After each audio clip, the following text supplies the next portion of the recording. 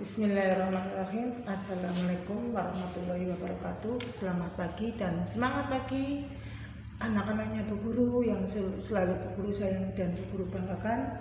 Alhamdulillah di pagi hari ini Bu Guru masih bisa bertemu dengan kalian walau masih dalam jaringan atau daring atau online. Tapi Bu Guru harapkan tidak mematahkan semangat kalian dalam melaksanakan pembelajaran atau kegiatan di pagi hari ini. Baiklah, untuk mengawali kegiatan pagi hari ini kita awali dengan bacaan basmalah. Bismillahirrahmanirrahim. Kali ini Bu Guru akan memberikan materi pembelajaran yaitu pertumbuhan dan perkembangan pada manusia. Pertumbuhan dan perkembangan pada manusia itu sangat penting, saat-saat yang sangat penting. Khususnya pada manusia itu mengalami pertumbuhan dan perkembangan pada usia bayi sampai dengan usia SMA.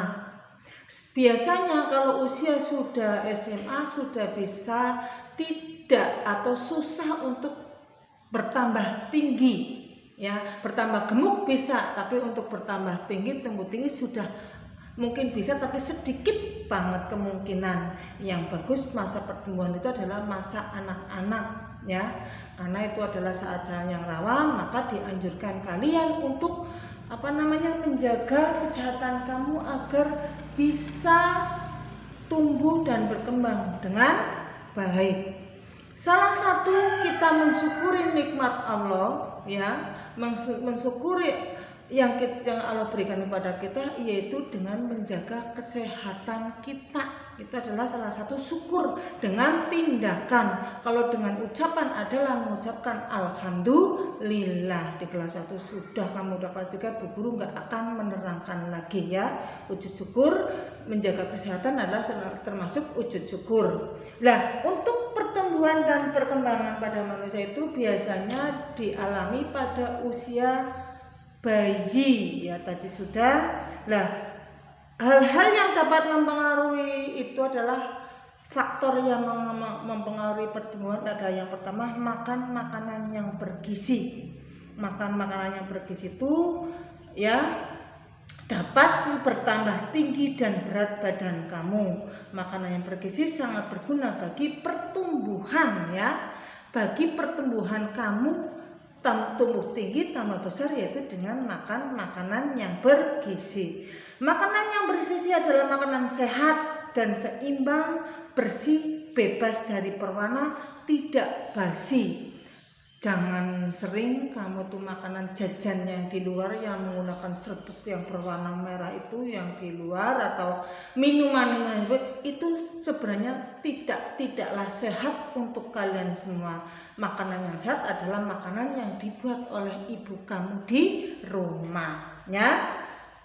Makan makanan yang sehat dan mengandung gizi itu adalah contohnya yang mengandung karbohidrat, protein, lemak, vitamin, mineral, air dan susu, ya. Untuk yang pertama, karbohidrat itu adalah berfungsi sebagai sumber tenaga bagi tubuh, ya. Karbohidrat adalah sebagai sumber energi bagi tubuh. Contoh makanan yang mengandung karbohidrat adalah beras, jagung, kantong, kentang, roti, dan gandum.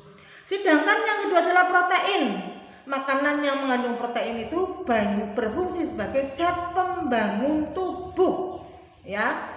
Zat pembangun tubuh itu bisa berupa yang mengandung protein itu adalah ikan, telur, daging, susu, tahu, dan tempe. Yang ketiga adalah lemak, yang mana makanan yang mengandung lemak itu berfungsi sebagai sumber energi dan cadangan makanan. Makanan yang mengandung lemak itu contohnya daging, telur, keju, mentega, minyak, dan susu. Yang keempat adalah vitamin. Vitamin adalah zat sangat penting bagi pertumbuhan kita. Apa yang harus kita makan? Makanan yang bervitamin. Kita harus sering memakan makanan vitamin seperti mengandung vitamin B, C, D, E, dan K. Vitamin itu terdapat banyak di sayuran dan buah-buahan. Tuh, vitamin yang A, B, C, D, E, dan K itu adalah terdapat pada buah-buahan. Yang berikutnya adalah air.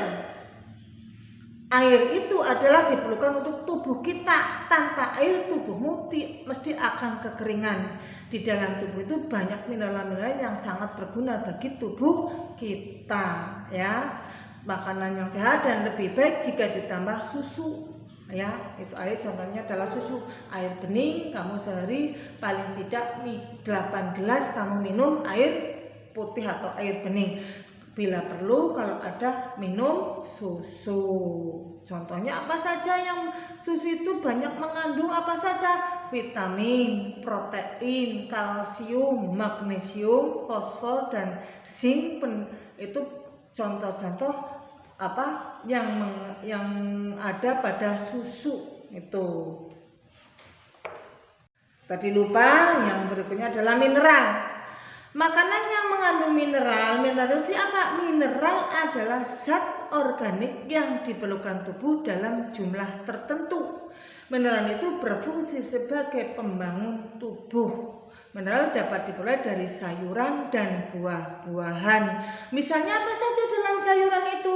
Bayam, kobis, sawi, timun, dan pepaya, dan buah-buahan yang lainnya. Jadi Bu Guru harapkan kalian nanti bisa menuliskan apa yang Bu Guru berikan atau merangkum, kemudian kamu presentasikan di grup kelas dan kamu dibaca dengan kamu.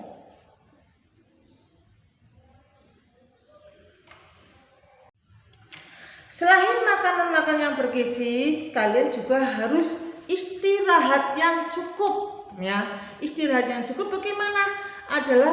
Bentuk istirahat adalah suatu upaya untuk memulihkan kondisi tubuh. Bisa dengan tidur teratur. Kalau malam jangan terlalu larut malam, boleh tidur. Siang paling tidak ya 2 jam kamu tidur.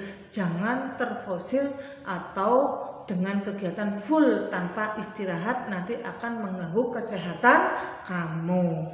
Dengan istirahat yang cukup, insya Allah nanti kamu akan sehat. Kemudian dalam 12 jam dalam sehari itu, ya, bayi membutuhkan tidur selama 12 jam. Itu kalau bayi membutuhkan 12 jam untuk tidur. Kalau anak usia itu 8 sampai 10 jam. Kalau anak-anak seperti kalian sehari semalam itu 8 sampai 10 jam. Semakin bertambah umur, maka waktu tidur manusia semakin berkurang. Itu tadi kalau bayi 12 jam, kalau kamu paling tidak 8 sampai 10 jam. Kalau sudah tua seperti Bu Guru, tidurnya sudah akan mulai susah atau sulit untuk tidur sehari, pokoknya kurang dari 10 jam atau 8 jam.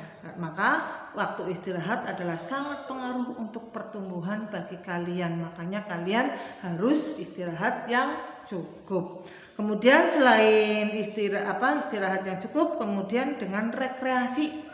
Rekreasi itu apa?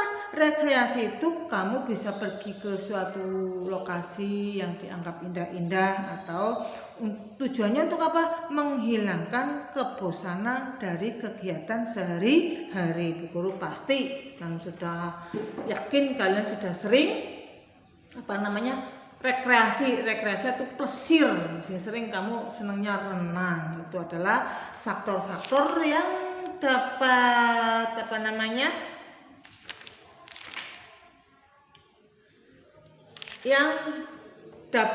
kamu ketahui di pagi hari ini. Yang pertama adalah makan makanan yang bergizi, yang kedua adalah istirahat yang cukup, dan yang ketiga adalah rekreasi. Itu adalah faktor yang dapat mempengaruhi pertumbuhan. Untuk selanjutnya, yaitu kita lanjut setelah tadi kamu mengetahui faktor-faktor yang mempengaruhi pertumbuhan, kita lanjut kepada perilaku jujur, disiplin, giat bekerja keras, ya.